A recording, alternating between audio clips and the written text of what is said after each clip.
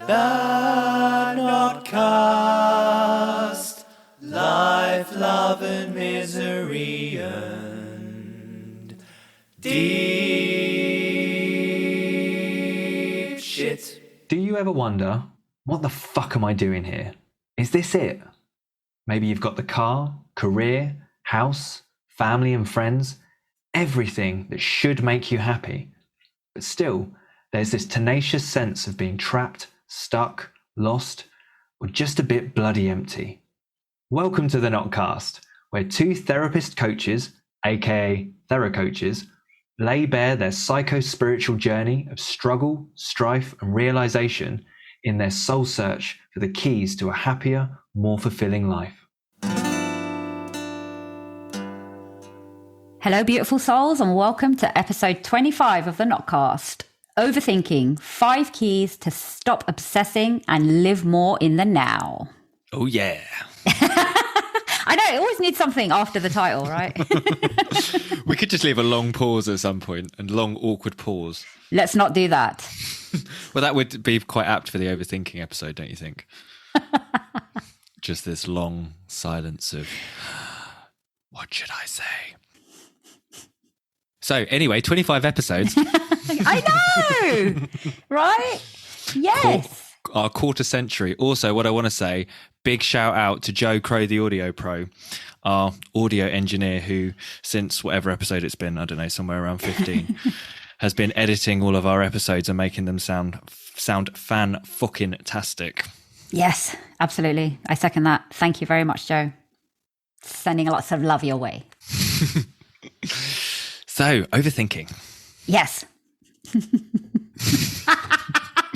Now I'm overthinking. Should I go first? Should you go first? What should I say? How do I push Amy to go first so I don't have to go first? Just ask. Stop overthinking it. Stop ruining my game. That's what I'm here for. Overthinking. Okay, so I'm going to go and I'm just going to say that overthinking, when I started thinking about this, I went into overthinking mode. It was fucking hilarious. Yeah. Yeah, I relate. yeah. I did the same. Yeah, absolutely. I think it's really interesting what happens with the episodes. But I wanted to kind of start by saying, you know, if it was an Olympic sport, surely I would be leading that team. What, in terms of overthinking? Yes. Ooh, Gold medal winner. interesting. Yeah. What makes you say that? For the majority of my life, and it's still a work in progress, and I know it always will be, I overthought the shit out of everything. And it never switched off. Like all night, all day, I would wake up in the morning feeling like I'd run a marathon in my head. Really? So yeah, it was just constant. And I truly believed that was how it was just going to be forever, because that was just how I was. So yeah, imagine how much fun it was to finally find out that didn't have to be like that. Yeah, I relate to that. I think overthinking for me, or at least a busy mind, if you like, was just a default for me. And I didn't know there was something different, basically. Mm-hmm. Before we get into that, though, should we do word magic story time? Yes, let's go. So, overthinking. So, well, first I want to talk to you about think and then over, or over and then think. So, over, the etymology for that is it's a comparative form of above. Mm-hmm. And that it comes out in a lot of the definitions. Extending upwards from, above, so as to cover or project, extending above an area from a vantage point at a higher level, and there's lots of variations of that. So there's something about more than, and arguably you could say in some respects maybe more important than, which maybe could link to urgency in this sense. And then think is to have a particular opinion, belief, or idea of someone or something. And the other one that kind of resonated was to direct one's mind towards someone or something, use one's mind actively to form connected ideas. So there's this connection between directing my mind but directing my mind over what I should.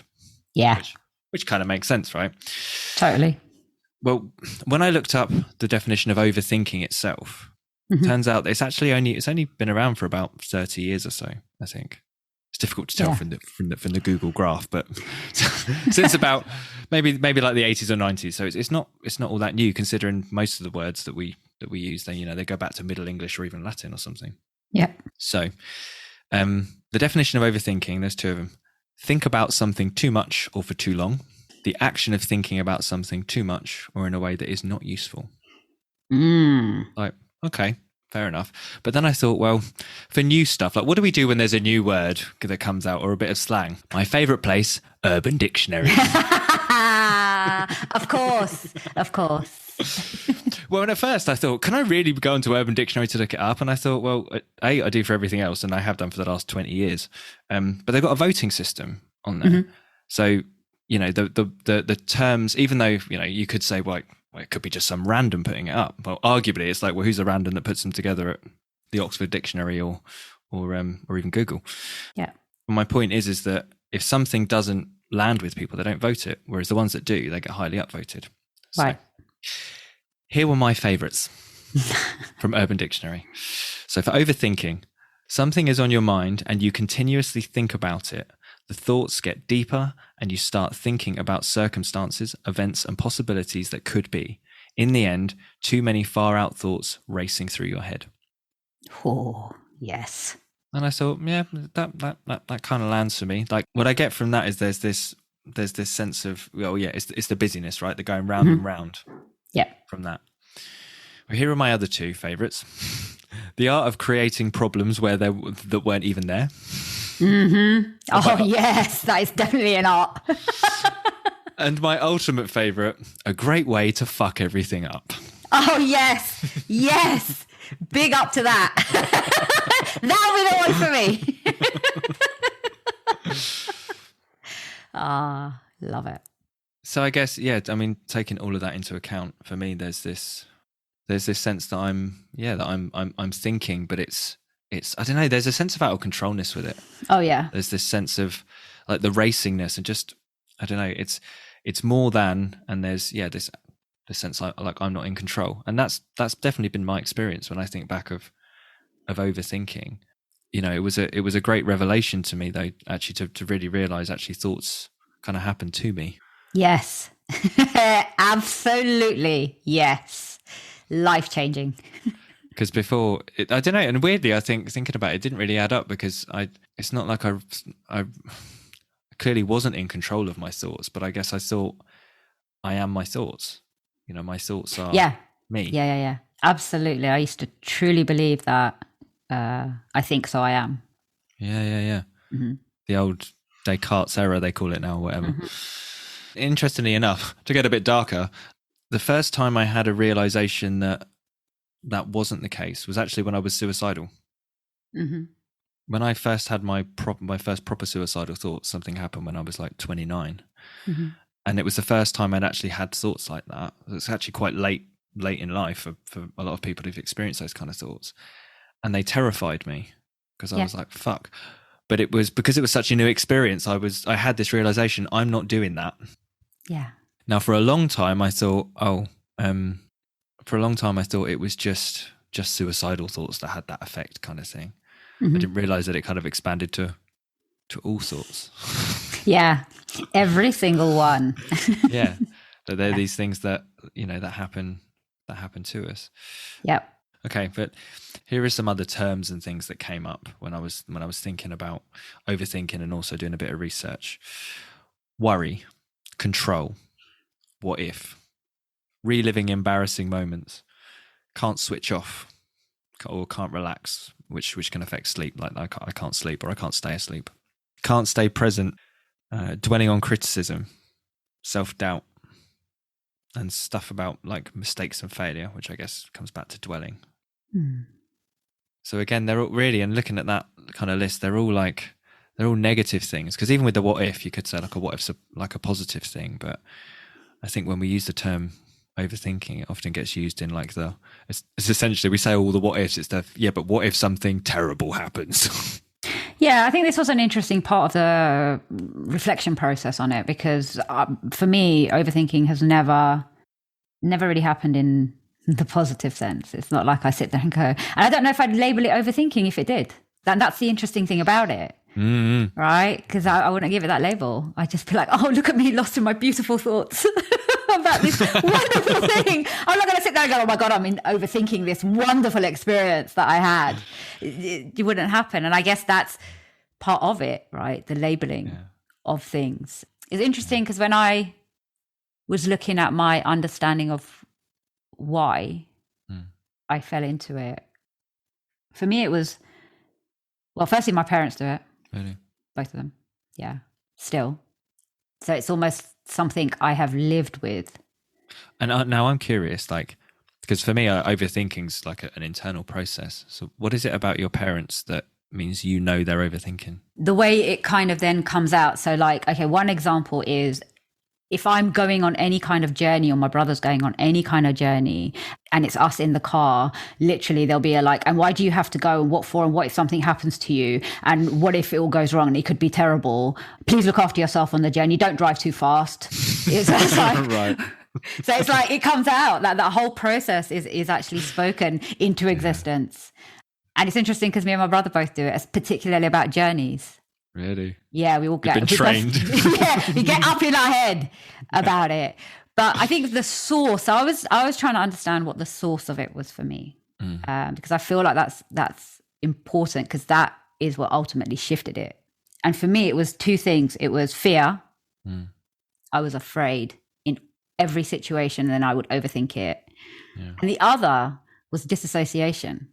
So I disassociated from my mind, body, soul by keeping myself in my head and not really allowing myself to feel anything else. So if I was stuck in this loop on the hamster wheel in my head, then I'm not really feeling anything. Yeah. And I'm not allowing myself to connect with or listen to my intuition or anything like that. It's just, I have to listen to this, what's going on in my head. So it was a clever way, in a way, of not actually having to feel anything and not really sitting with what was actually going on beneath the thinking. Yeah, I love that. Because I think you're right. I think it is a dissociation. And see, I don't know whether this is true, but the way I think about it is that it's like it's an escape to try and find a solution. Now, I don't know if it's actually true, as in like that escape is actually to find the solution, but that's often what it feels like. It feels like I'm escaping in my head. Like I'm going into my head to think about this, to work out how can I get away from the thing? How can I solve the problem? Mm-hmm. But yeah, I think you're right in that is a then dissociation from the present, from my feelings. Yeah. And often then, because I'm not present and not actually with what's going on, I can end up on this loop inside my head, going round, and not finding a way out of that. So it's like on the hamster wheel, right? Yeah, absolutely. And for me, it was like certain thoughts. What I've identified is that certain thoughts kept me in a certain experience of myself and of life. Yeah. And it affirmed my story all of the time. So it allowed me to stay in my own bullshit and not move from that place. So there was a lot of trickery involved. A lot of mind fuckery went into the process for me. Yeah, it really stopped me looking at beyond the thought. Yeah. Well, I mean, that makes sense to me, because when I think about that as a process, like if I've got this idea about who I am and what I can't do or what I can't deal with, if I see that threat coming and then I start to panic and I go up in my head, on one level, I'm going up in my head to kind of get away from that and arguably maybe try and solve the problem. But then I'm only going to go to my known experience. So that's the track I'm going to go round on. Yeah. I'm not actually going to be able to access anything new by possibly being present and challenging some of those thoughts. So of course it's going to become that self-fulfilling prophecy, right? Completely. This brings up so many memories. And so the other thing you mentioned there, you said about it not being positive. That was one of the first questions I asked myself. I was like, is overthinking ever positive? And I kind of came to similar thing to you in that, well, we wouldn't label it as that.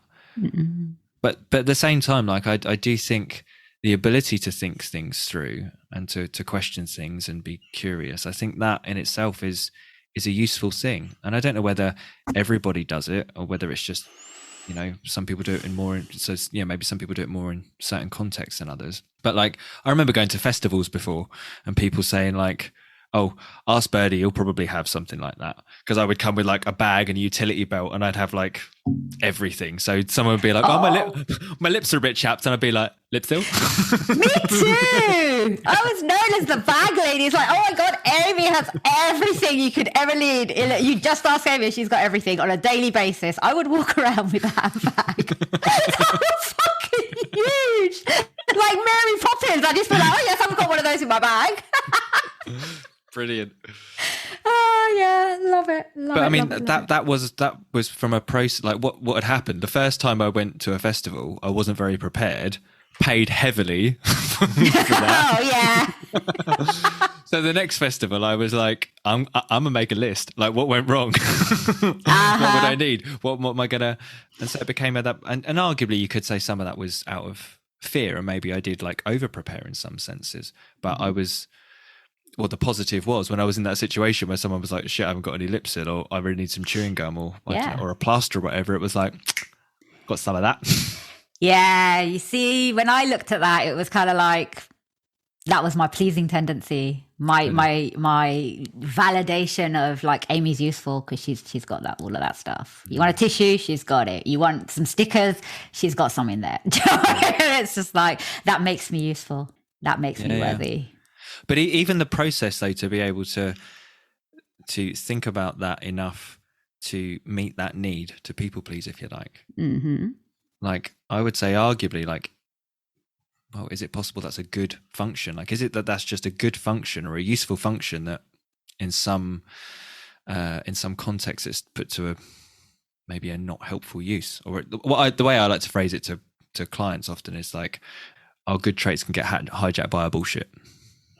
Yeah, well, currently I'm experiencing a situation where that's turned it on its head.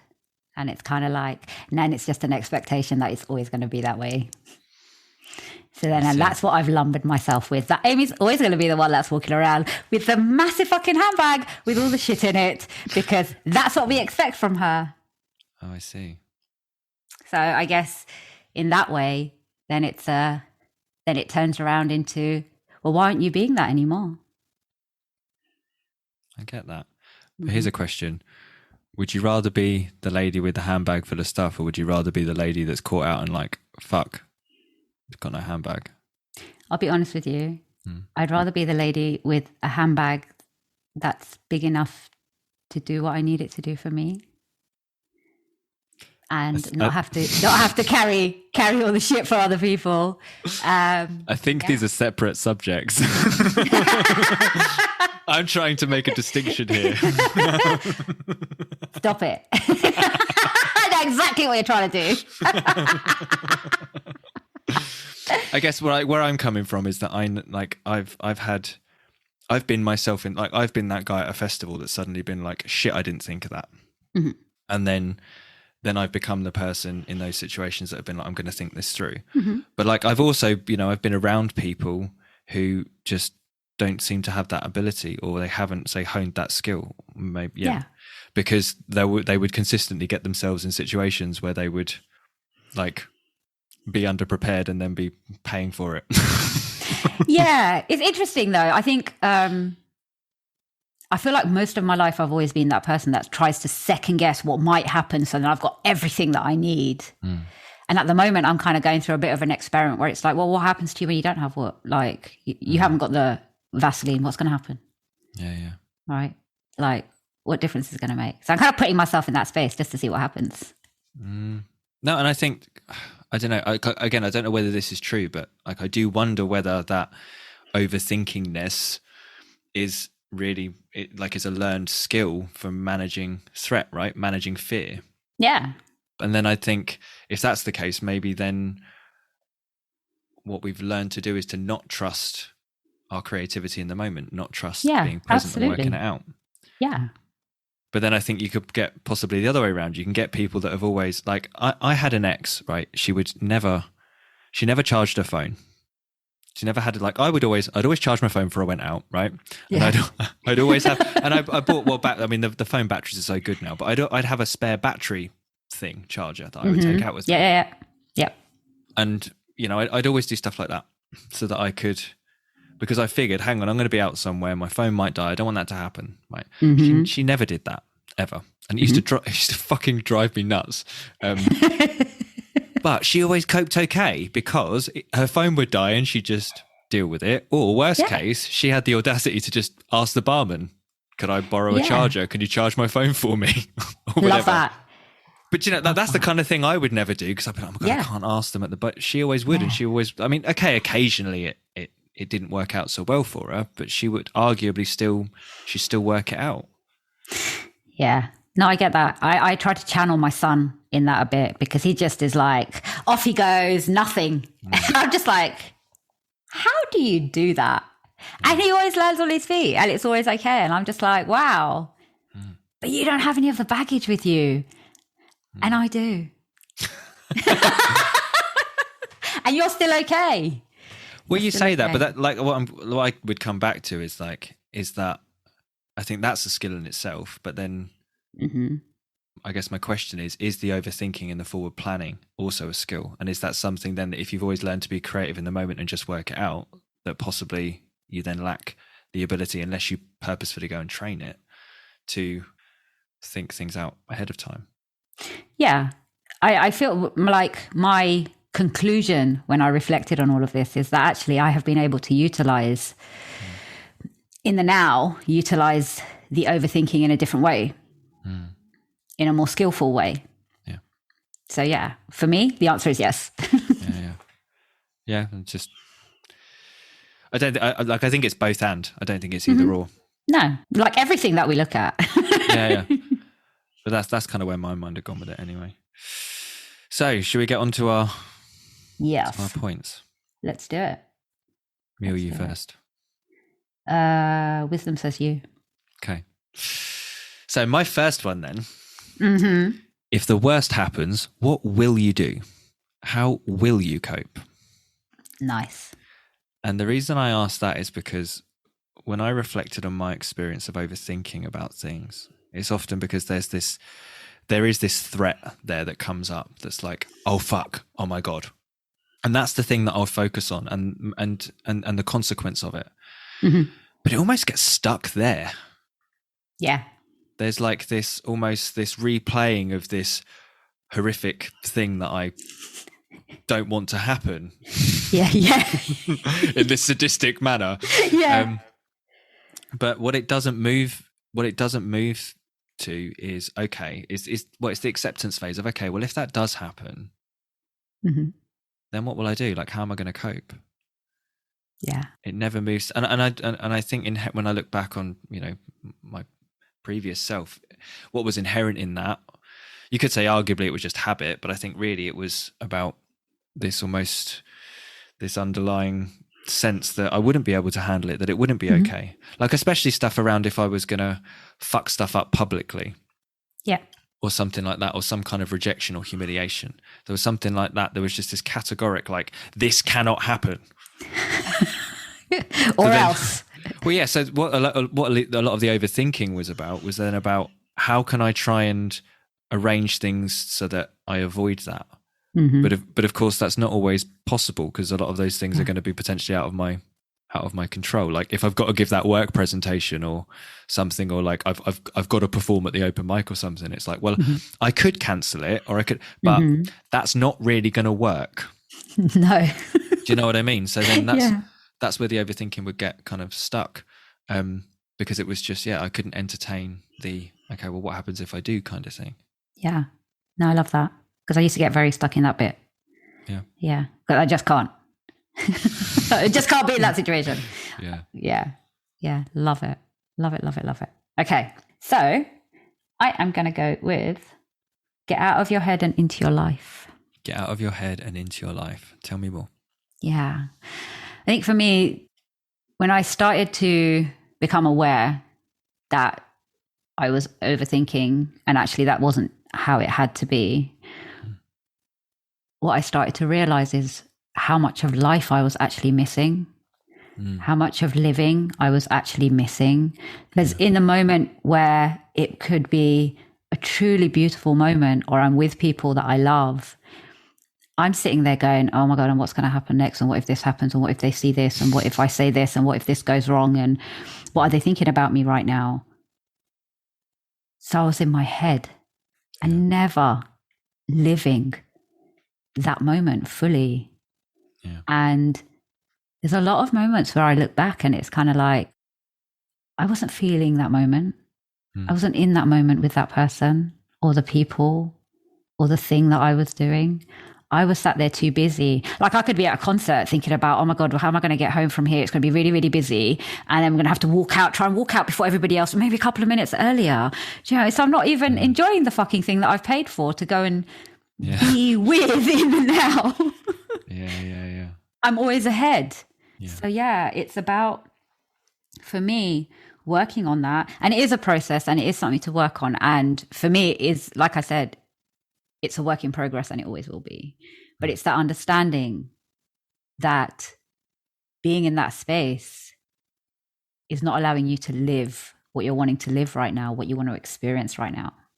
And I think that's a really, really important thing. Like stop and take the moment to ask yourself, am I really living this experience right now? Am I in the past? Or have I zoomed to the future? Yeah, I think that was largely my experience as well, actually, is that being in my head a lot. And I like now what I would say is I was sensing a lot of threat, a lot of stuff that wasn't okay, that I was afraid I couldn't deal with. Didn't realize it at the time, really. But that's what was going on, especially in social situations. Yeah. I was I was in my head and I wasn't actually present with what was going on. Like even in conversations, I think sometimes like I'd feel often stuck in a conversation one way or another, either because I might be talking to someone I wanted to talk to, but then I'd be worried about what I was saying, or I'd feel cornered by someone and then trying to find, like in my head, trying to think of a way to escape the conversation.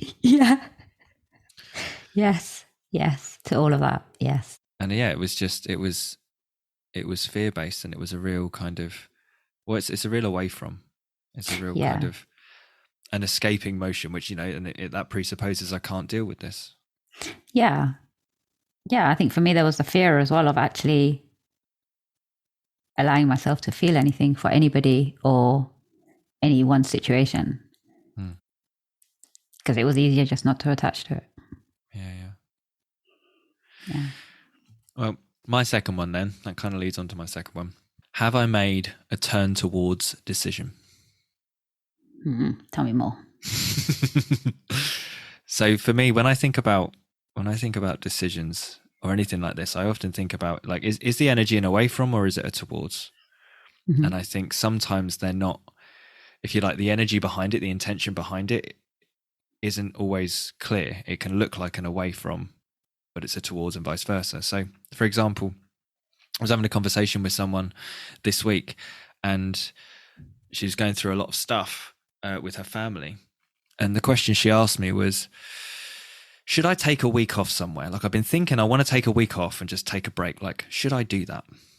And the conversation I had with her was, well, you know, where's that coming from? Like, what's kind of your intention? Because for me, in that situation, there's a very big difference between this whole, like, I can't deal with this and I just need to get away, which for me is a real away from, an escape, and the conscious decision of, do you know what? My head's full because of everything going on, and I can't find any clarity, any peace of mind in this environment. So I'm going to actively choose to take a few days off, for example, turn my phone off and not think about this stuff. So then when I come back to it, I'm going to be in a much better space to make a decision. And on the surface, like that second way, you could say, well, that's still it's escaping the situation. But for me, it's not. That's actually a turn towards decision to remove yourself. Yeah. I like the distinction. Yeah. And I think that's important. Yeah. So that kind of leads into is it second one? Yeah. which is really get intentional. Get intentional. Get intentional and be with it. Because for me, it was an intentional thing. Like it had to be intentional to really want to work with that and want to be in that space where it's like, no, intentionally, I'm going to do something different. Yeah. And it wasn't easy. And this is the thing, like I want to highlight, like this process for me has been hard work. It is hard work because yes, I fall in and out of it. Like I'm so used to that way of being that I catch myself by surprise. If there's a moment of silence in my head, I'm like, whoa, check that out. But yeah, I have to be intentional about it. I have to be able to set those intentions and go, no, I'm going to keep an eye on this. I'm going to be with it. I'm going to be present to it. And really kind of ask the right questions and ask the kind of question like you just put out. It's like, okay, is this because I'm trying to run away from something and avoid it?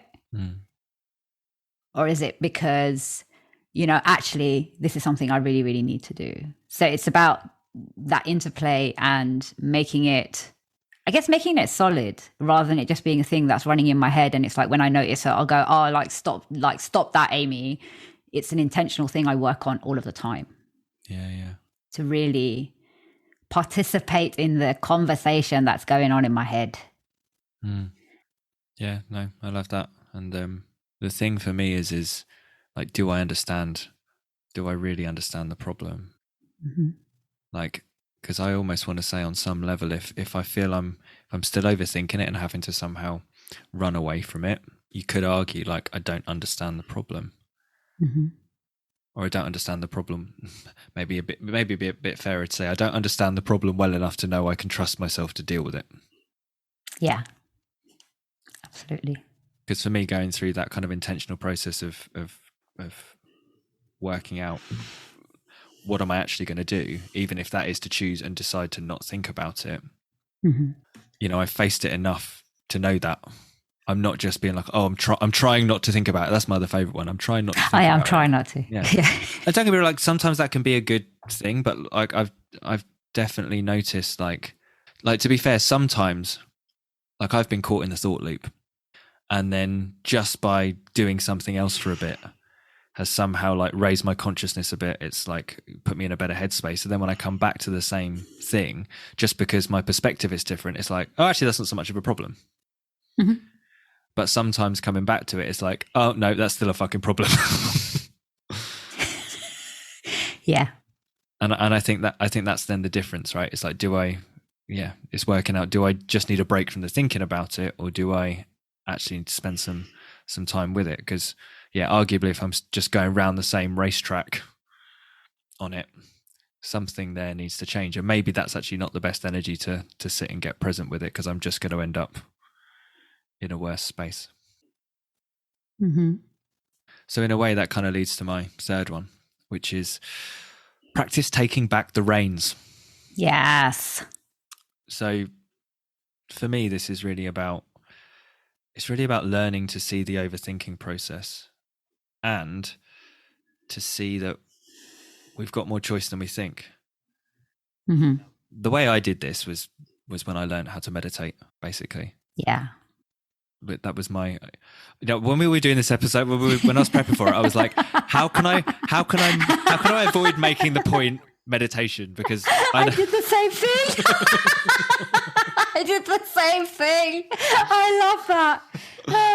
Because I don't know about you, but before I really understood meditation at all, anytime, because it's that quit back, someone would be like, have you tried meditation? And I'd be like, in my head, I'd be like, have you tried going to fuck yourself? Yeah, exactly. Exactly. But I suppose, to be fair, where that came from was because it was a I've got this problem and someone was just trying to give me a solution. Yeah. And of course I then felt not misunderstood. And of course meditation was just this thing, it was, there was no depth to it. And I guess for me, what meditation helped me with a couple of things, really. What it helped me with was to learn. It helped me to actually see when I was going up in my head.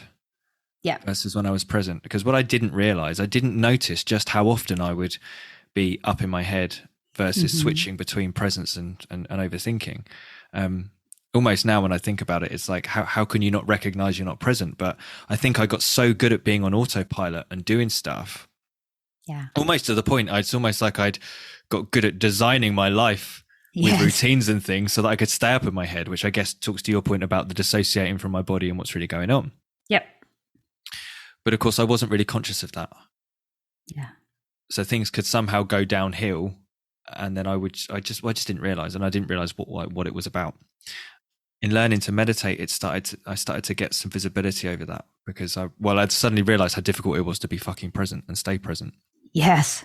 But then something magical also happened, because practicing meditation on the days where everything was cool and calm was easy enough, or easier. Of course. But on the days where I'm just like, I said I'm going to meditate for 10 minutes, but there's that email that I've got to send. Yes. There's that message I've got to get back to. And it'd be playing on my mind. Of course, my mind's going, just go do it now. Just go do it now. Just leave the meditation, go do it now. Mm-hmm. And for a while, I would then just, oh, fuck it, I'll go do it and give into it. But after a while, I started to go, hang on a minute. There's a bit of a theme here. Yes. And that was when I then started to be like, okay, well, what happens if I do just sit there with that and just come back and let that thought be there, screaming at me, and that feeling of urgency, and just sit there. And as I started to do that, I initially, like the thought, if you like, the urgency, it increased in volume, and it was like, Fah! Thanks literally for that. Literally the noise it made. But then something interesting happened. It started to kind of die off. Yeah. And I kind of saw through the illusion, and it was kind of at that point I was like, oh, actually that thing it was screaming about it's not real. Like that threat isn't real. Mm-hmm. And that started a whole journey about me questioning those thoughts and the urgency behind them, and what I would call like building a trust in myself, if you like, and my intuition, in like being able, like, if those things come up and seem urgent, like, can I trust myself to not jump to it? Yeah. And I guess for me, like, meditation was the way that I did it. Mm-hmm. That was my framework for it. There might be another way. There might be another way of doing it, of kind of training that skill. I haven't found it. I'm sure there is. And I suppose now some of the skills that I've learned from it mean that I don't need to meditate in the same way and for exactly the same reasons. But that was the way, like, that gave me it gave me the structure to see my mind differently, to observe my mind differently, and then start to therefore question it differently, and to try different things rather than just get hooked in and kind of taken on the roller coaster ride. Mm-hmm. Yep. So one of mine was get present as well, because I didn't want to say meditate, right? But because, like you, my journey with meditation, like I really pushed back against that space. It was not, and I can see why now, because as soon as the thinking switched off, I could feel shit. Oh my God, I really don't want to go there. Yeah. But another thing that really helps is, for me, is to just slow down, really slow down. And like the way I overcame the block to meditation was at the beginning to just find my breath. And just be with my breathing, even if it was for 10 seconds, 15 seconds, or 10 breaths, that I would just be with. Because in being with my breath all the way in, all the way out, the only thing I can be is present, because I can only breathe in the now. My connection to life is my breath. Yeah. So every time I bring it back to my breath, even for a few seconds, it lands me straight in the present. Yeah. Because my breathing can't be anywhere else. So, because when I was thinking about all the things I tried and did, like, I really struggled and I had a real resistance to all of it. But that simple thing that I could do anywhere at any time, there's no excuse for it, to not do it, for me anyway, really helped me to kind of break that loop, even for a second. And then I could see that actually this is bullshit and it's not real.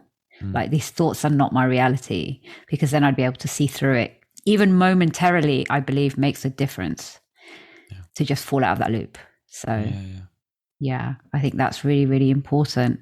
And yeah, I just had to play the game with my mind sometimes. Yeah. Well, you know, I forget where I heard it, but there's a thing that it might be in an advert where they said, you don't meditate to get good at meditating, you meditate to get better at life, basically. Yeah. And for a long time, when I thought about meditation as something I should do because it would make me better. Yeah. Somehow. Mm-hmm. But I wasn't really connected to that, and it didn't make sense to me. It was only when I was looking specifically to get more kind of awareness on my mind and to change some things that it was like, oh, okay, now it makes sense. And you know, when I'm sharing about why I meditate, that's why I talk about my experience of it, because it's, for me, it's not the point. Like, meditation isn't the point, it's what you see as a result of the meditation. It's like the meditation is a tool to get you to see something, to learn something new. And that's why I say, like, there might be another way of seeing that stuff. I just found that was a really good way of doing it for me. Absolutely. I get that. Okay. So my third point is heal. Yeah. Like, take the time to heal. A huge chunk of my overthinking was down to just trauma that I'd never healed, experiences that I'd never allowed myself to process, feelings that I'd never sat with about myself, about stuff that I'd gone through. And that just fed straight into the thought loop. And then I just projected that over every single experience and connection and, you know, that I would have. And actually, it was the fear of being with the feeling that kept me in that thought loop. And honestly, once I allowed myself to be with it and feel it, there was a moment where it was like, oh my gosh, why did I wait so long to do that? Like, that process of just being in my head, it became so toxic around the things that I had been through, because then I'm consistently trying to avoid any kind of situation that might put me in a similar kind of feeling space, or just trying to avoid anything and everything that's going to make me feel that way or bring it up. So yeah, I just had to keep my mind busy to not allow myself to connect with the pain that I hadn't processed or felt or healed. So I feel like the underlying things really need to be explored and healed, and that makes a massive difference. Yeah, I love that, and I agree. And interestingly enough, that leads on to my fourth point. Well, hey! Which is another question. So my fourth one is, what's the pattern or theme? What's the bigger picture? What's the bigger picture or the deeper concern? It's basically to everything you were talking about. I also find this is one that's a real challenge to do on your own. Yeah. And when at least that's been my experience. I found it was really like I couldn't see through my bullshit, because I really believed that it was about, you know, what I thought it was about. Like, no, but that just shouldn't happen, or I can't do that. Yeah. I believe the story, right? But like I kind of alluded to earlier, a lot of my overthinking, I realized, was around about fucking stuff up, especially fucking stuff up in front of people, being embarrassed or rejected, that kind of thing. So, for example, I've had a bit of a challenging week. I know we've already talked about this offline, but I had a bit of a challenging week with my phone dying and then my Facebook getting hacked. And basically, my account's just been locked out. And I can't get back into it, and can't get in contact with Facebook, because it seems to be a big problem once they lock you, especially if they lock you for community standards breaches. Good luck in finding someone who will be of any use. Now, interestingly, like the people who broke into my account, they spent a lot of money on ads, but that wasn't the thing that I was overthinking about. Now, that's because I've got some knowingness there. I'll be like, you know, I know that's going to get still, and I don't know if that's true, but I'm like, I know that's going to get sorted, and that will be, you know, because I've done all the right things. I know I didn't spend the money, so Yeah. you're right. But what really triggered me was, shit, that's my Facebook. Like, I've had that since 2007. That's all my connections. That's all my memories. I've got friends on there who aren't with us anymore, who I'm not going to be able to refriend. Mm-hmm. That's how, clients can check me out if they want to check that I'm real and not some fucking, basically that I'm not some fraudster. That's how my clients check me out. Mm-hmm. What I was able to do this time, but don't get me wrong, I overthought it for a little bit, but I was able to do that. I was able to do that process of, well, what happens if I can't get access to it again? Yeah. And essentially it was like, well, I'll have to deal with it, and I'll have to set up another account, and okay, well, I'll have to refriend the people I can refriend, and I'll have to let people know, and that felt more possible. Yeah. But when I think about if that would have happened a few years ago, I'd have been distraught, because I'd have been like, oh my God, I'm going to be cut off from everybody. It would have come back to my fears about being alone, basically, about being cut off, about, that's what that would have come back to. So anyway, for me, what's the deeper concern? What's the bigger theme? And questions I like to ask on top of that is like, well, and then what? And then what? Yeah. And what does that mean? Like, if that does happen, Mm-hmm. like, how will I cope with that? It's like keep taking it further and further and further. And often I find that, we get to these things about ourselves, these fears, because then people will think this of me or whatever. Yeah. So yeah. I love that. I do love that. And I do follow that process of getting through, and I eventually get to the point where it's just, I get to, oh, actually it's not as bad. It's not as bad as I've built it up to be. So I think that process is a really beautiful process, and it's very, very useful. But you have to kind of be on yourself. You can't give yourself the out. You have to kind of follow through on the questions, because it gets me to a place where I can fall out of it then. So love that. So is this my fourth one now? Make friends with your thinking. Make friends with your thinking. Tell me more. Yes. So for me, it was really about, rather than the rejection of myself, which, I could do quite easily, it was really about, actually, I'm interested in connecting to this. I'm interested in understanding this more and understanding my thinking. And I'm curious. I want to see what's going on. So for me, it was about building the connection where it wasn't a threat and it wasn't something bad, but rather I made friends with it. And then I was able to kind of go, oh, that's really interesting. I'm wondering why you're thinking that, Amy. And I'm wondering, how is that helping you right now? Is it useful? So it was more a friendship rather than a rejection of or a telling off of, because that, when I looked at it, was how I used to, the thinking was always kind of very harsh and punishing, and then this is going to happen, and then this is going to happen, and why are you being so stupid? But then when I toned it down, and it was like, just really interested in what this process is and what's going on, it was a lot easier to kind of see that I was afraid. And then I could bring the love and understanding to it and go, okay, I can see where that's coming from. But is that really true, Amy? Is that really going to happen?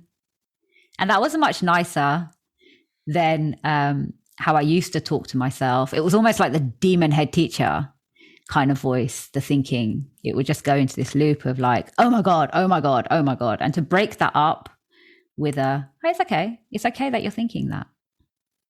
Let's be with that, because obviously this means something to you. Yeah. So then it would just naturally kind of slow it down. And I could really just be with it. But again, it's that process, right, of asking the questions, doing the reflection, and allowing myself the space to go through that process and not just abandon myself or reject myself in it and just go, oh, fuck it, I can't be asked to do this. But I guess that is about the commitment and the intentionality of it all. Now that makes a massive difference, because when I find myself in that space, rather than kind of pushing myself away and going, oh my God, it's there again, I'm kind of like, let's have a look at this. Let's have a look at this. And it's a much nicer process, and I respond much better to that. Yeah. Well, and I loved something you said was like, it was something along the lines of, obviously, because I'm feeling like this because I care. And I think that's true. And I think that's a lovely reminder. And I think we can get caught up in the avoiding this thing or the whatever, the going over it. And and missing that fact. Hang on a minute. Yeah, what is it I care about? Yeah. I think I've been very rejective of myself in spaces where it's like I've attached a label like overthinker or anxious, and rather than doing that, what's really worked for me is to go the whole opposite way around it and kind of bring it in and embrace it and really make friends with it, because then it's a much nicer process. Yeah. You know, and I'm not afraid of it. Yeah. Well, that leads nicely on to my fifth point, which is get connected. Yeah. And I guess, well, there's two sides to this, and this is one I've talked about before, but there's the getting connected to yourself, which is basically, I think, what you've talked to, right? It's like getting present with myself, and then also stop beating myself with the fucking stick. Yeah. Being kinder to myself about it, which I think is that's the challenge, right? Like that's easier some days than others, and depending on the context or whatever. Yes. But then the other side of it for me is, get connected to other people. Because something I've definitely found with my journey in overthinking stuff is because of that dissociation, especially if there's a lot of judgment around it, or a kind of, you could even say like a shame or an embarrassment around the problem or the fear, I start to feel that sense of separation. I start to feel alone with the problem. Yeah. And of course, then it becomes this hole where I get deeper and deeper into it because I'm feeling alone with the problem and I'm becoming more disconnected. But then, of course, because of that, I'm just spending more and more time going around the same track and I'm not getting a different perspective. And if I'm feeling like that, then, my consciousness is staying in that separated overthinking space. So it just becomes harder. And so for me, just sometimes connecting with other people, something about the magic of other people, and specifically the magic of other people that I think we trust. Yeah. It's something that I've found is like, I can spend time around people, but if I'm still overthinking shit in my head and not sharing it, then that doesn't necessarily change. Kind of like what we talked about earlier, right? I'm at the party or whatever, but I'm actually just in my head. Yeah.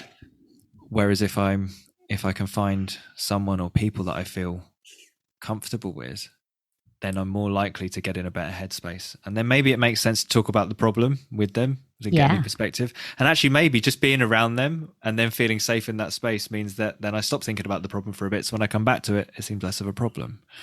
Yes. I think it depends, but either way, connection, there's magic in it for me.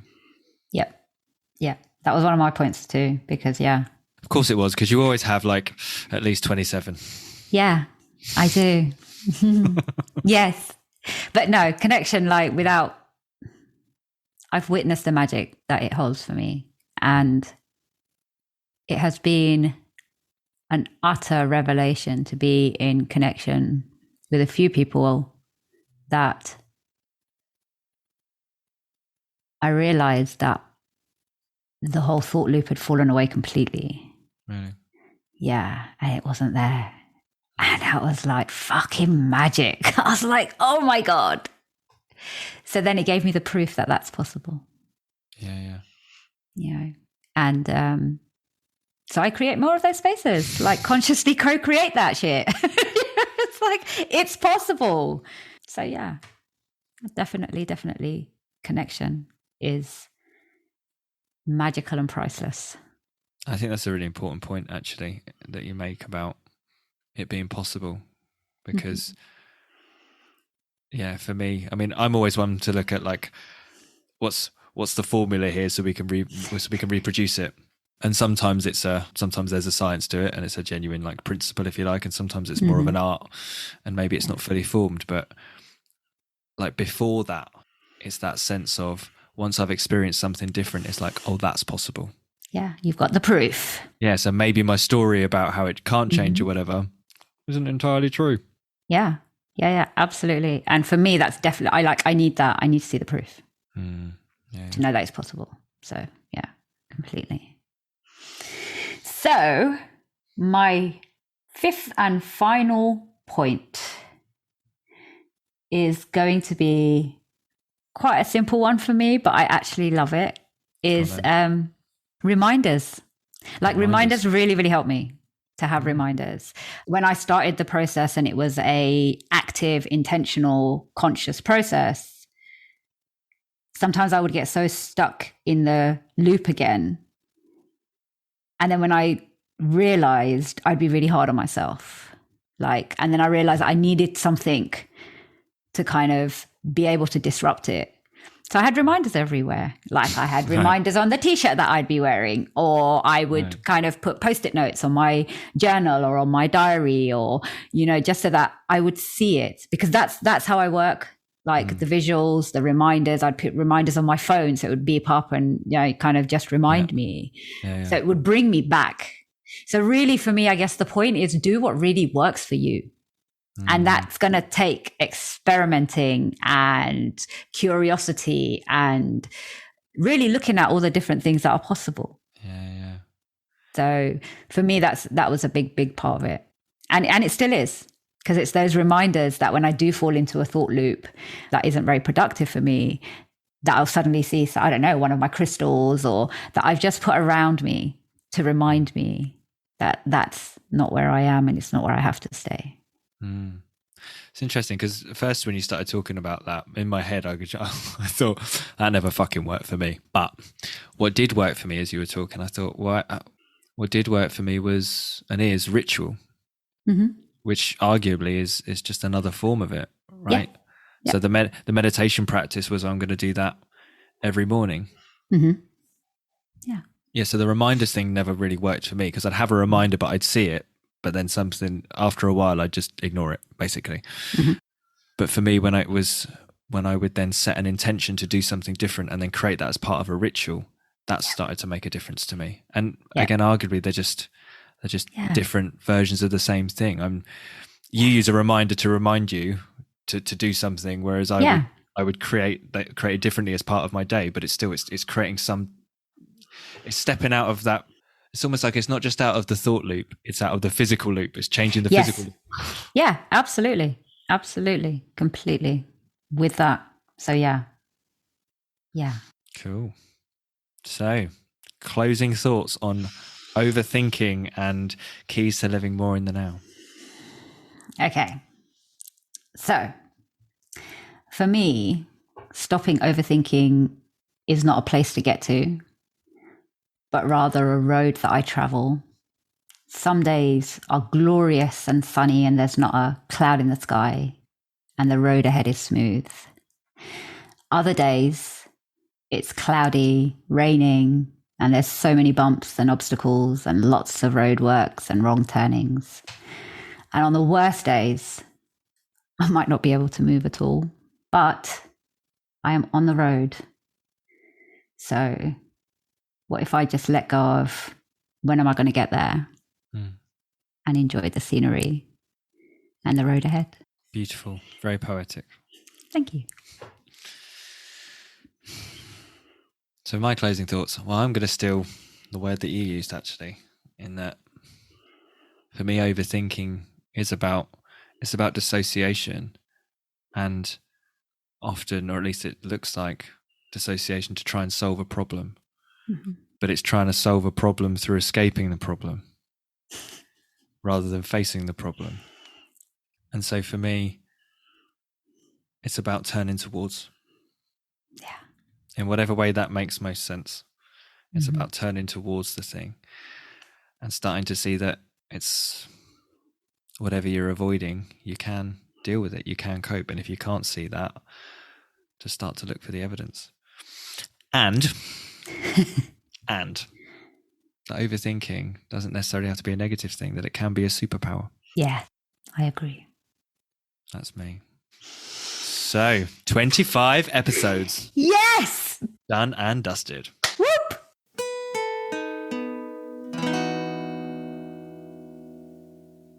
You've been listening to the Notcast podcast, Life, Love, Misery and Deep Shit, with your TheraCoach hosts, Amy Dave and David Bird. Amy is a transformative spiritual and self-love coach and therapist who takes people on a powerful journey towards self-love and personal transformation. She empowers her clients to discover the truth of who they really are, their true purpose, and the truest expression of themselves, whilst enabling them to navigate life and its challenges with ease, grace, and above all, love. Create relationships that rock their world and let go of the toxic shit that holds them back. You can connect with Amy on her Facebook at facebook.com/amy.dave11. That's AMI.DAVE.11. David is a transformative coach and hypnotherapist who guides his clients on a journey of self-exploration and transformation to smash the shit out of their mental stumbling blocks and send their emotional baggage packing, helping them to get back in the driver's seat, create a more powerful, loving connection to life, and unleash onto the world their bright, shining light of authentic give-a-fuckness. You can connect with David at his website, dbch.co.uk. That's dbch.co.uk. The North Coast.